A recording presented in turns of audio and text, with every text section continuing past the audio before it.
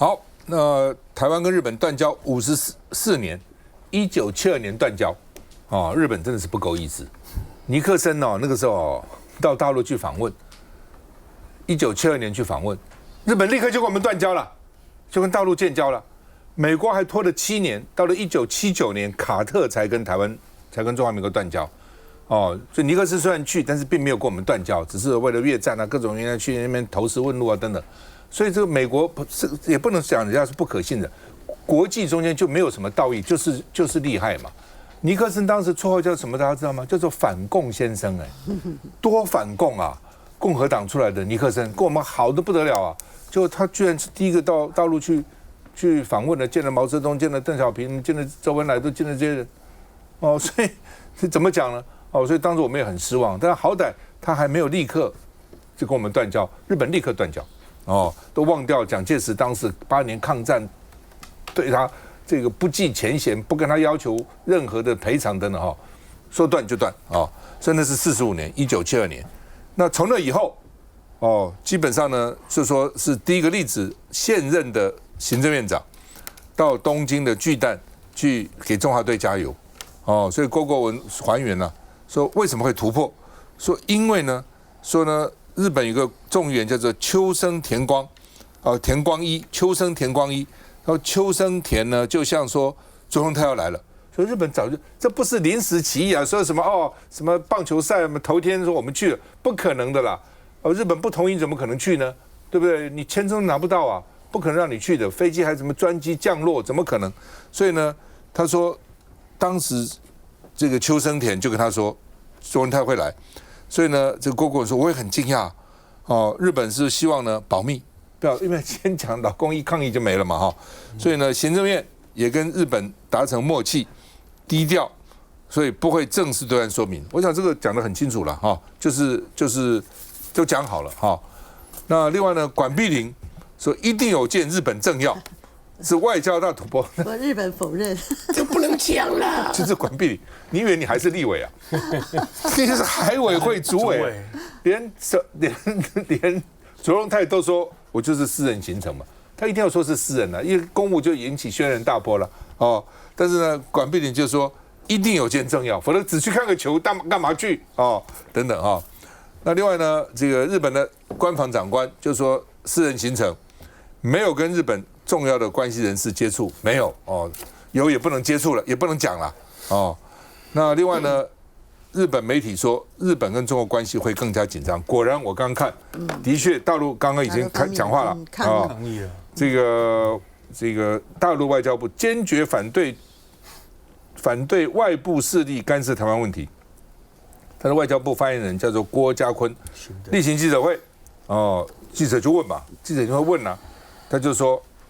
你提到的这个人，他不提名字。这个人心怀鬼胎，偷偷摸摸、鬼鬼祟祟，跑到日本搞谋独这个的小动作哦，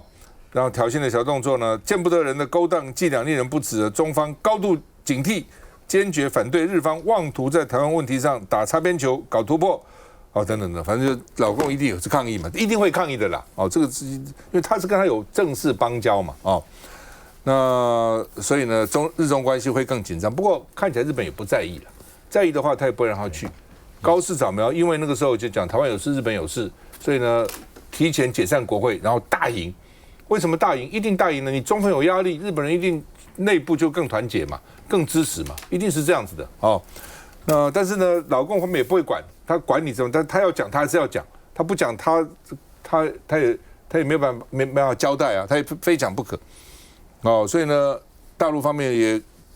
给日本大使、日本这个驻中国大使了抗议哦。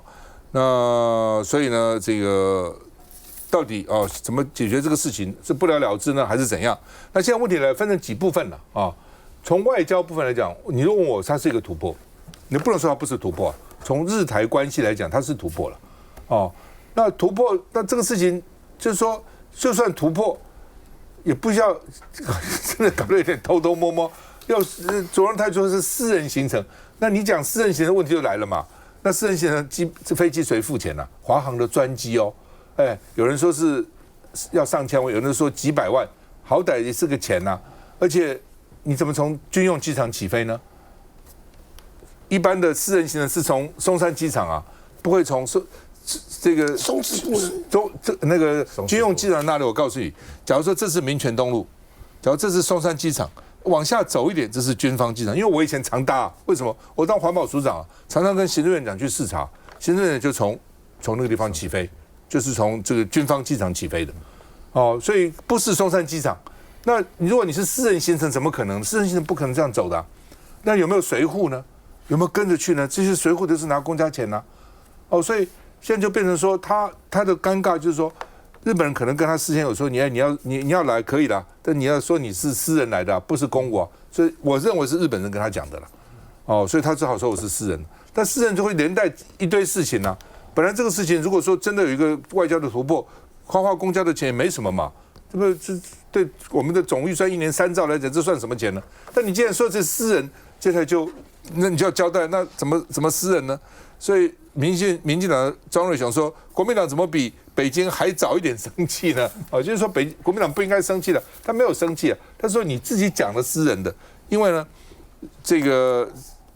游淑慧就说卓荣泰，你自己把自己放在国家的前面，比如说高市早苗本来预备在日韩开战那天，他就投开球的棒球常常会找到有名人去开球，你们大概也都开过球。高市本来日韩因为就是大赛，结果因为高市早苗说因为伊朗这个事情他担心了，所以要赶快紧急处理公务所以他就没有去没有去开球那当然这个媒体也说了说当然民进党会说这个外交有突破，为什么你来骂？他就说以前马英九出国，或是其他的这个行政出国，他们也是骂，民进党也会骂，说你要交代你去哪里账单拿给我看等等。在野党本来就是这样子嘛，但是你自己留下了一个尾巴嘛，因为你说你是私人行程，那私人行程，那你交代那私人行程怎样？今天还有人去查卓荣泰申报的财产，说他有多少钱，他能不能付这个钱？这等我们再谈。我们先看一下。一旁的陈奕迅已经兴奋跳起来，只见卓院长屁股还坐在位置上，赶紧拉一把欢呼中华队赢韩国。卓荣泰紧盯在大荧幕前3小时，支持听台湾用行动来证明。因为7号更亲赴日本东京看球，也是1972年台日断交后我国阁揆首位登日。这是一个假日休假日，自费，而且是私人的活动，唯一的安排就是跟国人一起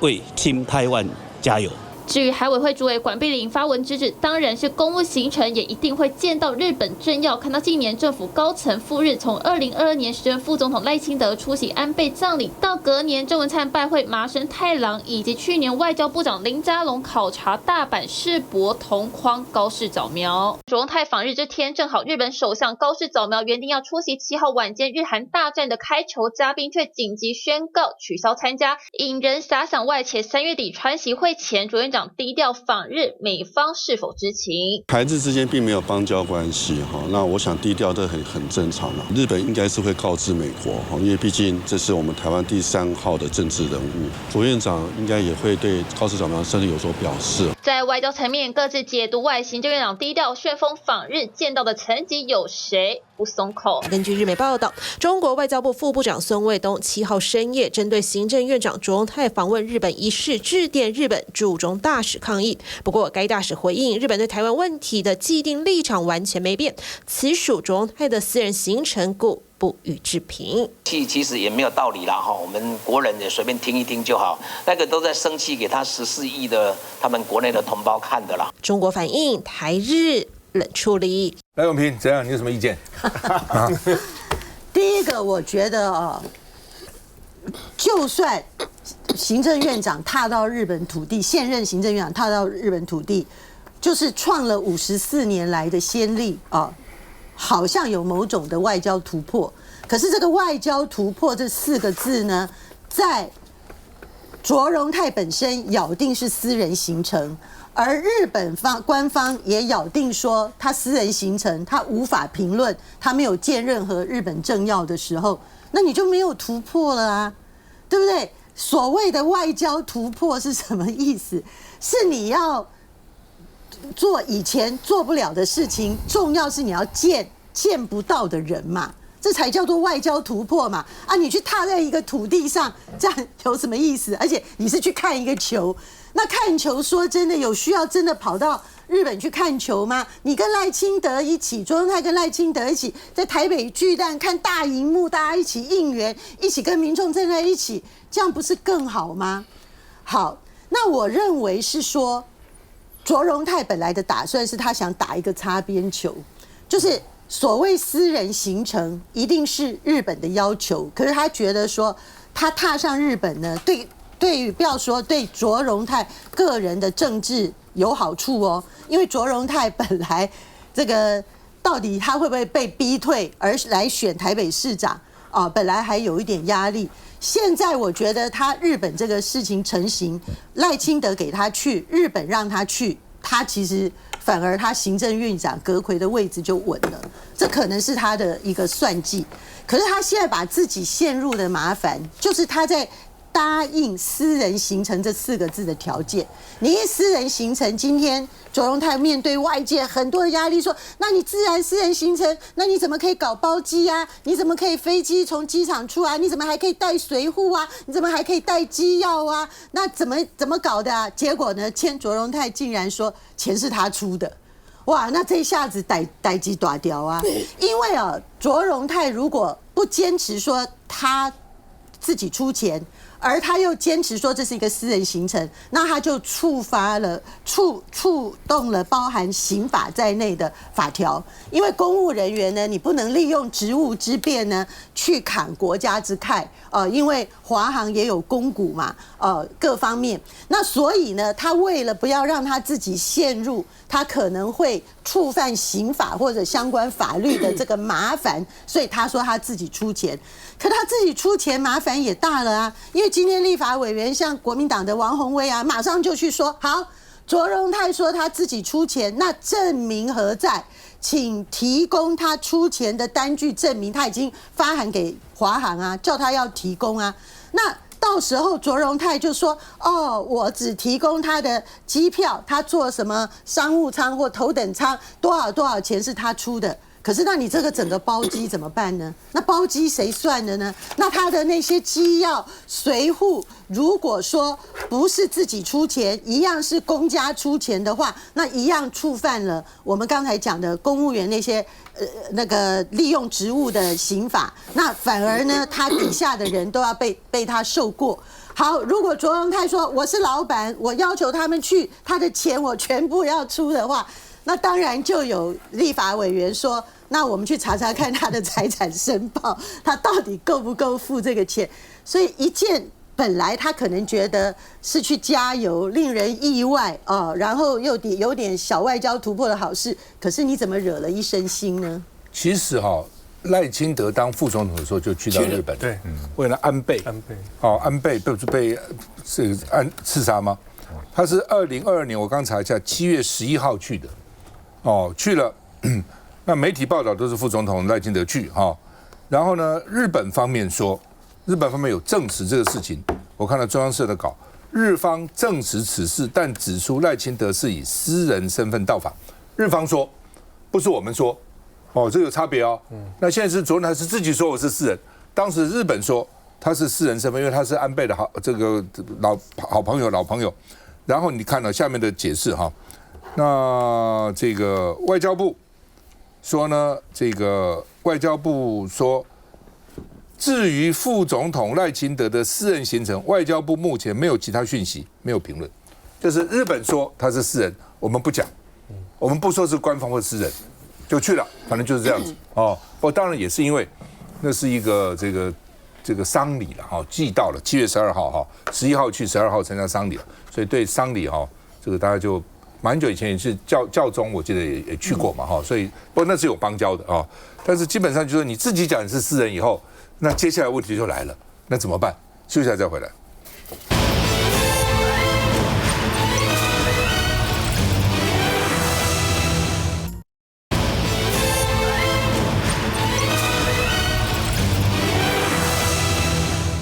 好，因为卓荣泰说他是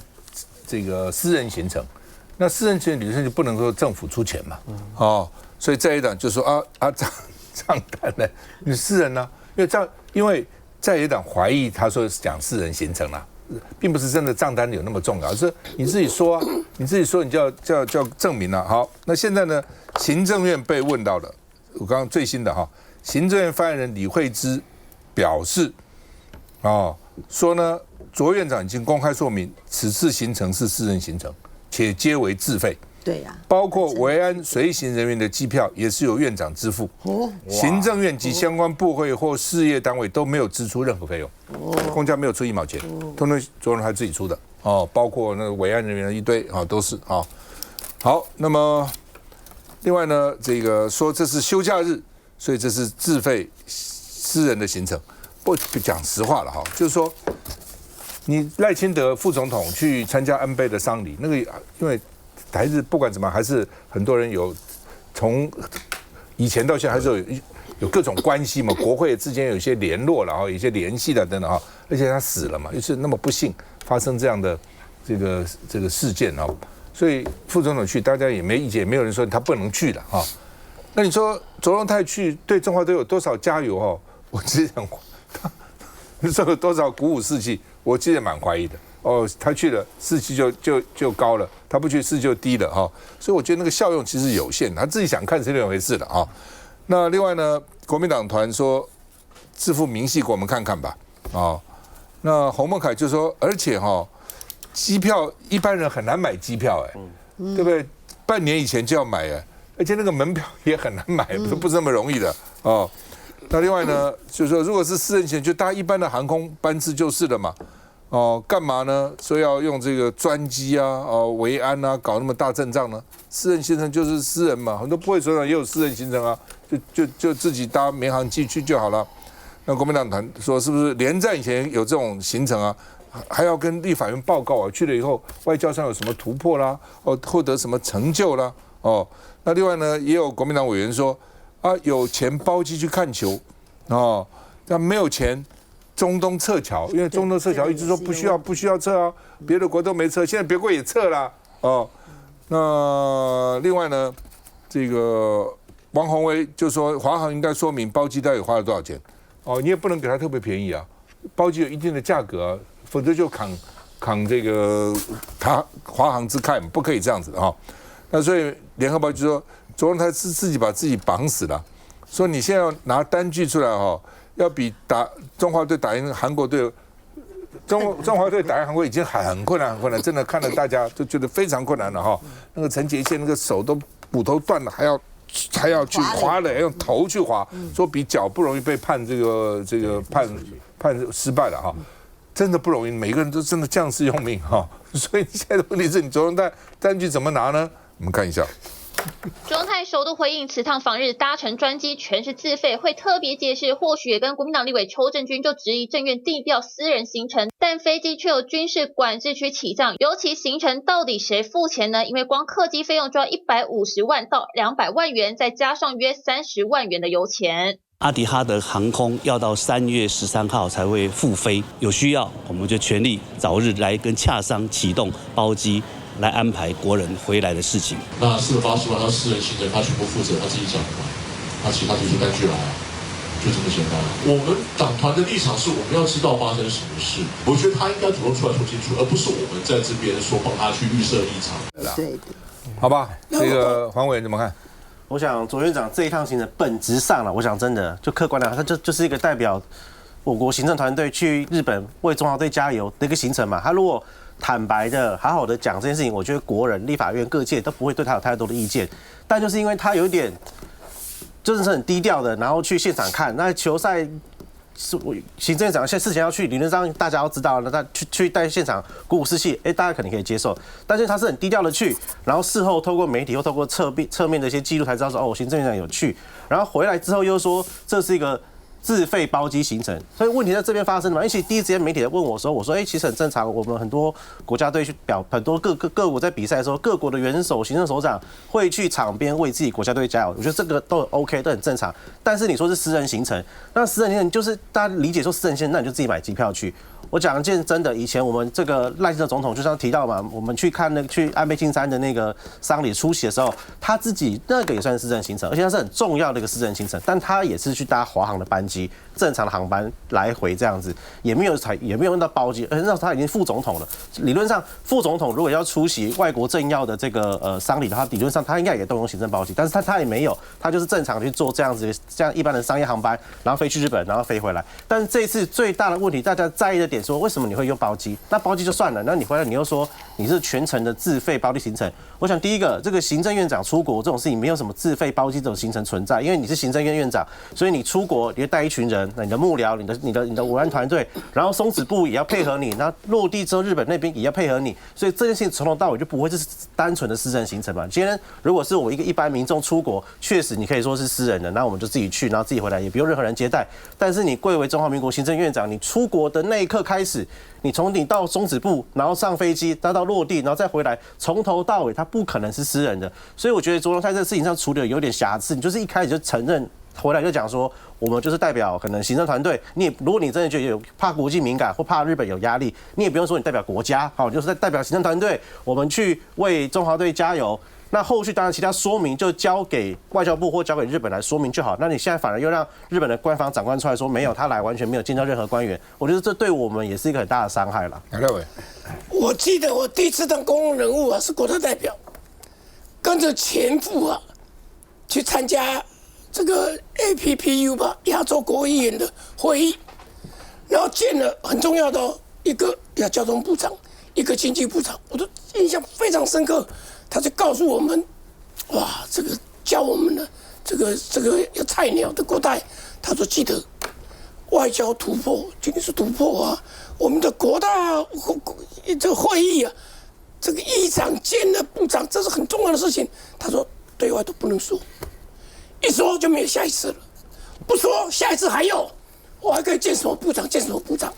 所以我今天很讶异怎么管碧玲把它说出来呢？不，他当然没有讲了，说见了什么部长今天清楚的看得到，这个卓荣泰他去加油，不是台湾跟韩国。如果台湾跟韩国都去加油，哇，这个你看到这么紧张，4比4，最后5比4，当然是很紧张，很精彩值得看。他看的是跟捷克的温尼亚，看起来是温尼亚的所以这里面。就大家知道吗？他一定有见日本的什么人，可是他现在不能讲日本人不会讲就大家彼此有一个默契，就不讲不讲。问题在这里，你又撒一个谎，你为什么要撒这个谎？因为不要忘了，行政院长24小时都是行政院长，行政院长没有另外的身份，他就是行政院长，所以他出去没有什么私人的行程什么叫私人行程？就是公务行程。就是公务的，只是这个公务因为涉于政治的现实，他不能讲他见了日本哪些人，是不是官员嘛也不知道说不定见了日本的政治人物、参议员什么之类的，就这样子而已。但是他都不讲，他可见的他非常小心，但是他自己一直要强调说自费，然后是私人行程这2点把他困住了，否则的话，台湾跟日本断交这么久，现任的行政院长那是很大的官很大的官，然后能够到日本去，这当然是一个外交上某种程度是一个突破了但是他等于把后面这个事情就处理得很烂，把这个事情越扭越拧，越扭越拧，就一塌糊涂。有点作茧自缚了，把自己扶起来了，变成这样子。休息一下再回来。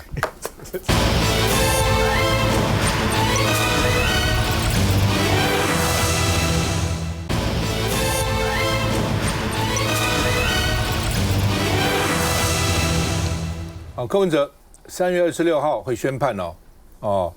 那他现在他太太先说了说他们的儿子因为东京大学拿到博士了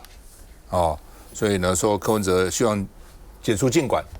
希望能够去参加儿子的博士毕业典礼。柯文哲今天说他的儿子收到老师的邀请函指导教授老师说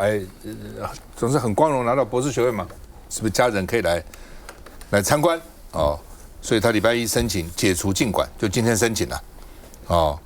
所以呢这个他儿子收到问他妈妈陈佩琪，陈妈妈才问他，是这个意思。陈佩琪很希望我去，所以呢下礼拜一要跟法院申请，就看法官的意见看法官会不会给他去那黄国昌也说了说如果说柯文哲会逃亡是侮辱大家的智商，而且说柯文哲现在没钱了。有很多时候你要出国，他会要交一大笔钱保证所以没钱了，也没钱再加码了啊。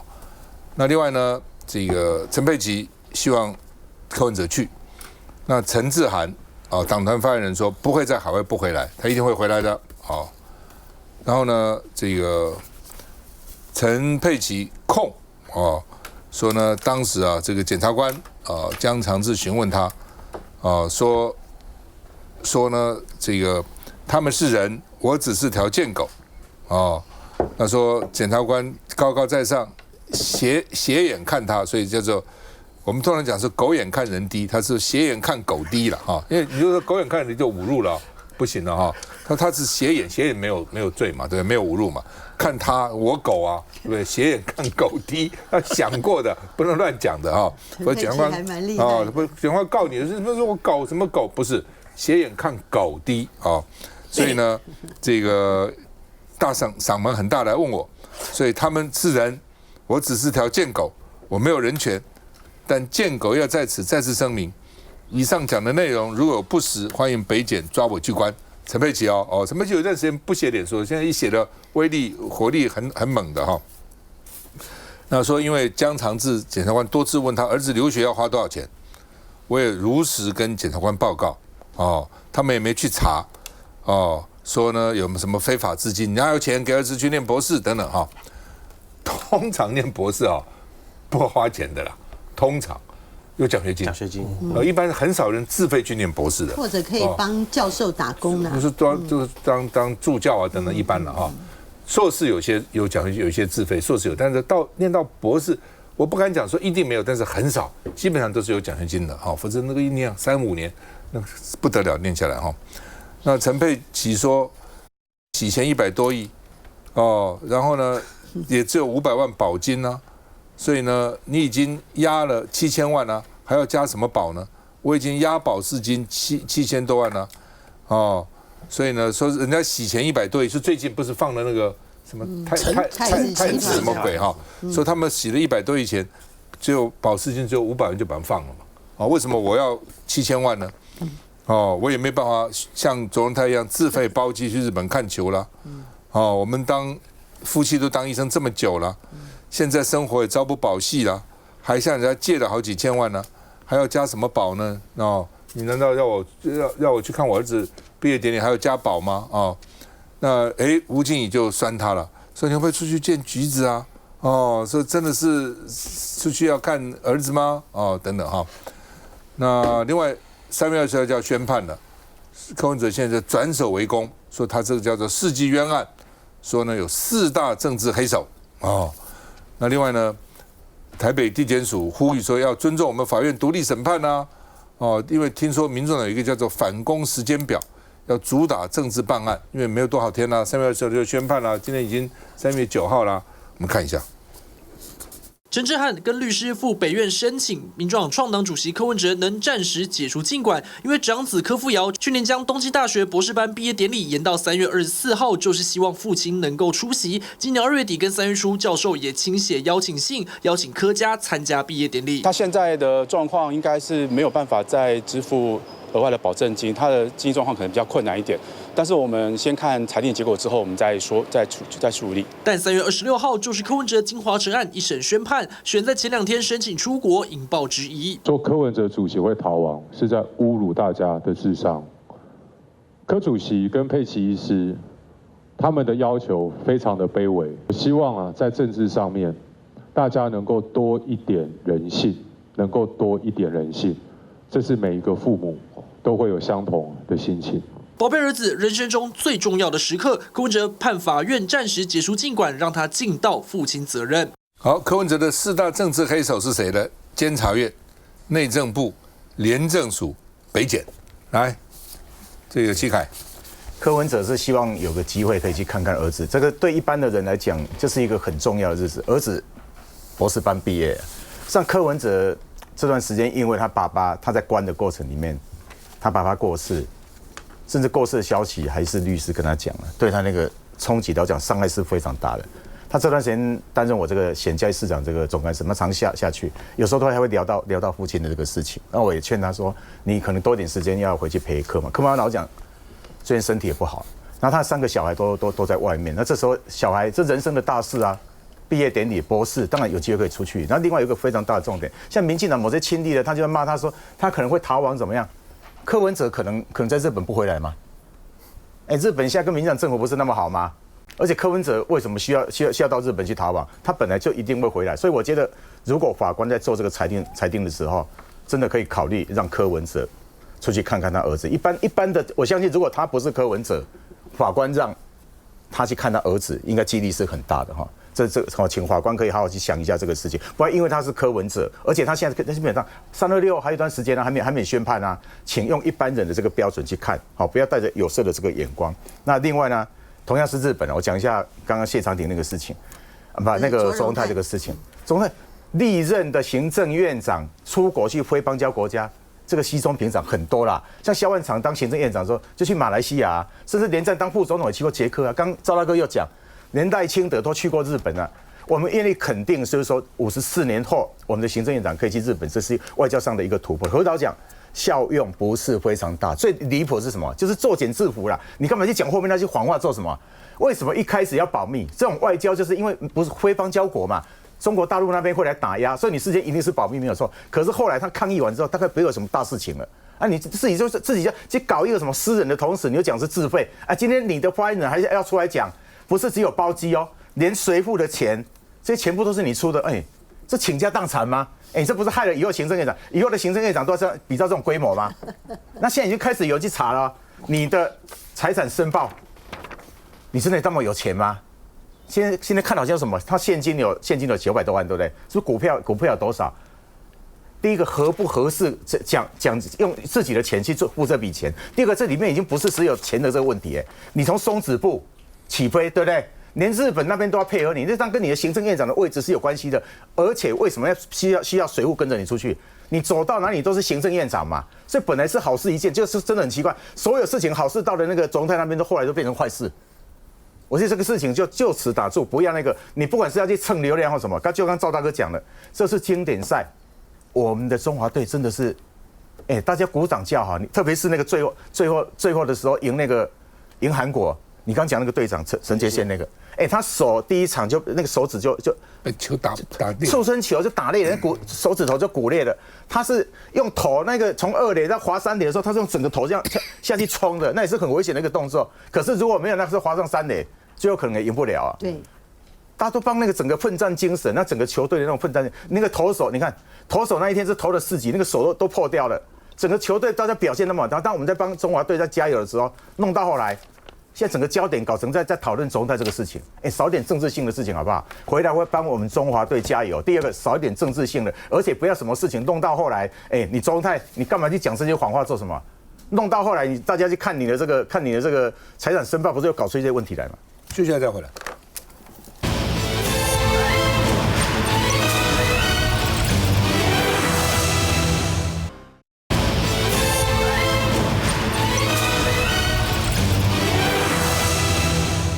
李四川，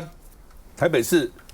他是3月10号，时程是做到3月10号，所以呢，今天等于是最后一天了，10号就要离职了哦。那今天还到台北市政府上班嘛，做一天和尚撞一天钟了哈。蒋万安表示不舍，说我们是有革命情感的，虽然你到新北市要选举，但是我们的革命情感不变的啊。所以我们看侯友宜也在，李四川、蒋万安啊。那因为今天呢，这个是国民党新北市党团干部就职典礼，所以呢，这个郑丽文也去了啊，也去啊。那另外呢，所以呢，他也等于是拉抬李四川了啊。那侯友宜也推崇李四川是他最好的接棒者，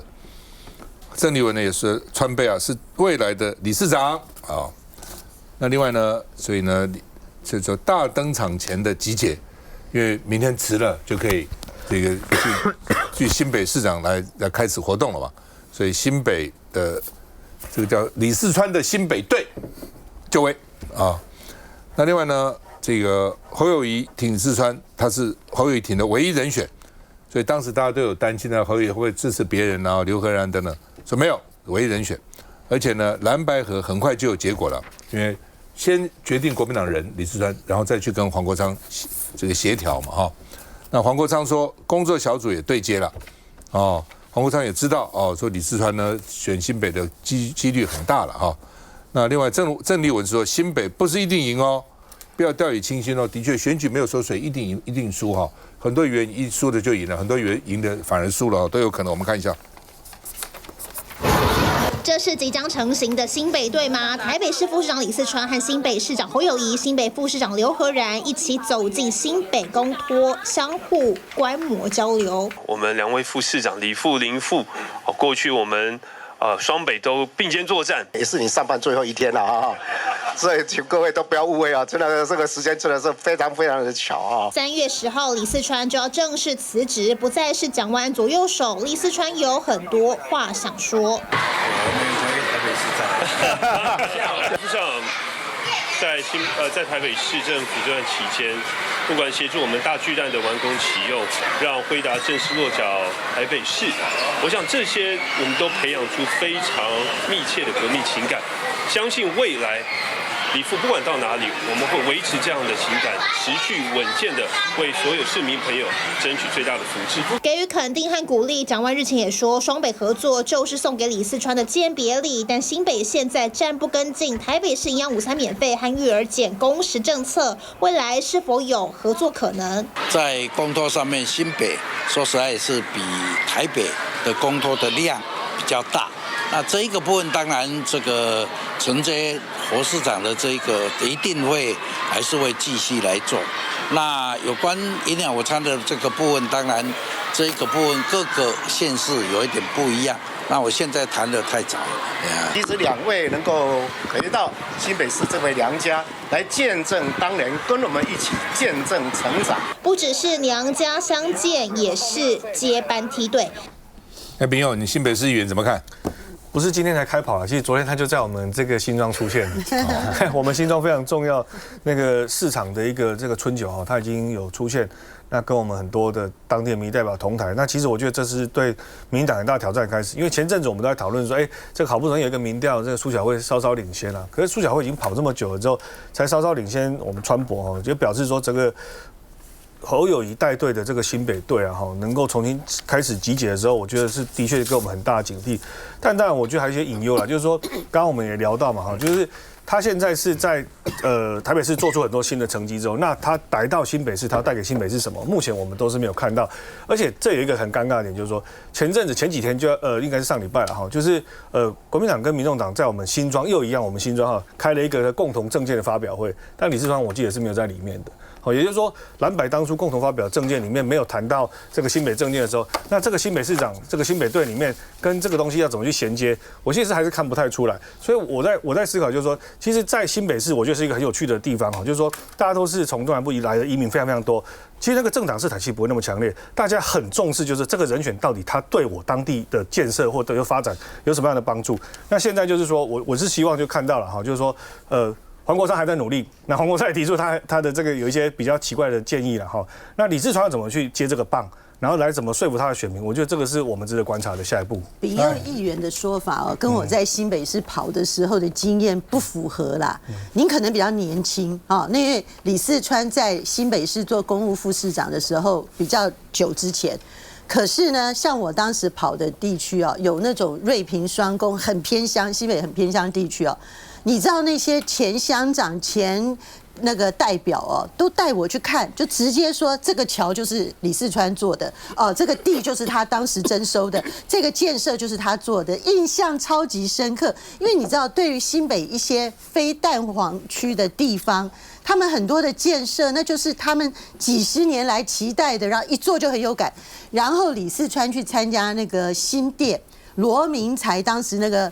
反罢免的那个会上面啊，他就大吃一惊，他说：“你怎么罗明才列的他的政绩90%都是他任内协助他完成的？”我要讲说，因为新北市很大，然后新北市呢是在朱立伦跟李四川朱立伦做市长，李四川副市长，侯友宜副市长的任内呢登大郎的。哦，所以登打郎就是他升格成功嘛，就是朱习伟交给这个朱立伦的时候，他整个升格，所以那个时候作为第一任的升格的市长、副市长，对于整个新北市改头换面、大变身的规划呢，居功厥伟。而这件事情呢，李四川的存在感非常深。哦，所以你真的像，因为你们，譬如说你们新庄啦，甚至板桥都比较都会区，人来来去去没有感觉。你在越往地方，然后大家就在那边住很久的人呢，他们的感受跟感情就越深，这就是李四川的底气。我回应一下，因为这个还是有一个差别哈，就是说，的确刚刚讲的部分，就是说，的确他在做了很多建设。其实，在我们前一辈的这个很多民意代表告诉我们，这是李四川非常强的优势。实际上是他也不分党派，在服务我们不同这个党派的这些民意代表提出来意见。但为什么会提出来？原因是因为他已经离开新北市一段时间了。我要讲的就是记得他的人，这一些在比较 local 的地方或者说比较偏乡地方的人，的确会非常支持他。但是，一样回到票多的这个区，他还是有这个弱势。所以我们就说，他接下来要用什么东西来说服我们，是我们拭目以待的。李四川在新北市当副市长的时间非常的长哈，他留下了很多政绩，特别是人呐，特别是人那个熟悉的，你去看那个每个市议员，特别是那个里长。你去问哪个里长，他不认识李四川，大概没有，不止没有，很多都跟他都共事过，而且共同帮李解决了非常多的问题。我这是他很重要，回去以后胜选可能性的一个很高。那当然，他现在提国民党这段时间就开始会征召，应该原则上是13号。好，13号或者甚至11号，他这段时间马上就会征召。征召完之后，他会跟黄国昌会坐下来谈，就是党对党，而且应该礼拜3中常会吧？对，是在中常会，礼拜3嘛，礼拜3中常会会征召。那征召完，他就是。还有这个吴宗宪嘛，还有嘉义市的他们的候选人，然后征召完之后，嘉义市是你们那个嘉义市是我，然后他们嘉义市也会提一个人。好，那这3个县市是国民党提名完之后，民众党之前就已经提，像我去年12月底我们就已经征召了嘛。那党中央跟这个候选人就会坐下来谈，例如说李四川跟国昌就会坐下来谈，能够协调成就协调成，没有的话就会定一个民调的一个时间点。那嘉义市也是一样哈，嘉义市跟这个宜兰晚会那边跟中线上都是一样的，先完成这个，然后能够协调就协调了，就是最重要一定是蓝白合，而且只有一个人会参选。好，你说国昌跟李四川，他一定是一个人参选。那在嘉义，我参选，或者是翁寿良，就是要么就透过协商完以后协调是一个人，那没有的话协调不成，就是透过民调，而且时间应该都很快。现在在嘉义市，大概在3月底之前就完成协调，那就是由蓝跟白共推一个候选，这个人就代表民众党，也代表国民党了。他是一个人代表2个党。共推了。好，那另外刚刚讲到共同政见，这个很重要。共同政见实际上我们已经开过记者会了，我们民众党中央出来开记者会，然后所有我们3个要选县市长都已经把我们的政见在当场都已经提出来了。那3月13号的时候是由郑丽文跟国昌还有我们几个候选人会共同把我们2边的这个政见都提出，这个政见是经过沟通的哦，就是国民党跟民众都认为很不错的。好，例如说这样讲好了，例如说这个65岁以上的这个健保会免费，这个在台北市已经做了好长一段时间，从柯文哲到蒋万安现在都是做的。那这个就变成这个候选人全国的国民党跟民众党都可以用了。那如果是地方有自己特色，例如说我主张中山路跟中正要打通到火车站，这个人再提出来这样。来见哈，我想李四川在台湾的政坛算是蛮有趣的一个案例。他从新北市来到去了高雄市，现在回台北市，那即将要回到新北市来选举。那我想，因为新北跟台中有的地方蛮类似的，就是都是属于这种移居，就是移民，就是从外县市搬来很多的人，所以它是这种综合移居的一个城市。所以其实我觉得大家的心态是比较开放的。那观念就变成说，在这种像新北、台中这种幅员广大、有都会型也有乡村型的地方选举，最重要的除了地方服务之外，更重要是大家会看到说，这样子的候选人他有没有整合的能力，但他有没有行政的经验，但他有没有办法把这个事情整个城市的格局带上去。所以我觉得我是乐观其成的，说四川副市长提名之后，我想后续的整合工作跟后续的这个竞选过程，我相信会相对比较乐观。那所以回过头来讲到台中的话也是一样，就是说其实郑主席也提到说选举没有稳赢的，也确实选举没有稳赢的，所以其实我们一直很焦虑，就是说这个各地方的提名的进度是不是也能够像新北这样子，能够快点启动，早点进行整合？因为现在已经3月，那距离11月底的投票选大概剩下6、7个月左右的时间。那如果像台中要到3月底才决定的话，其实后续的整合工作会更加的急凑啦。所以后续不管是台北、新北，那甚至到台中各地方的提名的进度，我们都希望说党中央跟地方能够有更快的速度来整合，才有办法面对新的选举。因为我想这一次，我想民进党很快在各地方都提名完毕了，所以他们的候选起跑很早。那所以各地的地方的基层的议员啊，乡镇市长的整合也比国民党快速。所以这部分我就是觉得党中央应该去思考，提名3月可能会在3月底前会告一段落，那3月底之后的挑战才正式开始。这个是我觉得后续大家面对的问题。李四川大家都对他很熟悉的哈。如果你把历史拉回去，当初朱立伦接新北市长的时候，那时候他做得非常好，他跟台北市有接的什么3环3线啊这些东西，李四川都扮演一个很重要的角色。所以在他决定接班人的时候，就是朱立伦不做新北市长呢，找一个接他的人，那时候就有几个人强力的拱李四川。所以后来他这个是跳的是侯友宜所以李四川那时候就有机会变成新北市长的候选人这是第一个，我要讲一些背景。第二个，你可以看他在新北市的副市长，就原来从台北市的什么公务局长吧然后新北市，然后后来高雄市，每一段都做得很好。他最有名就是什么？他送给人家送公推啊。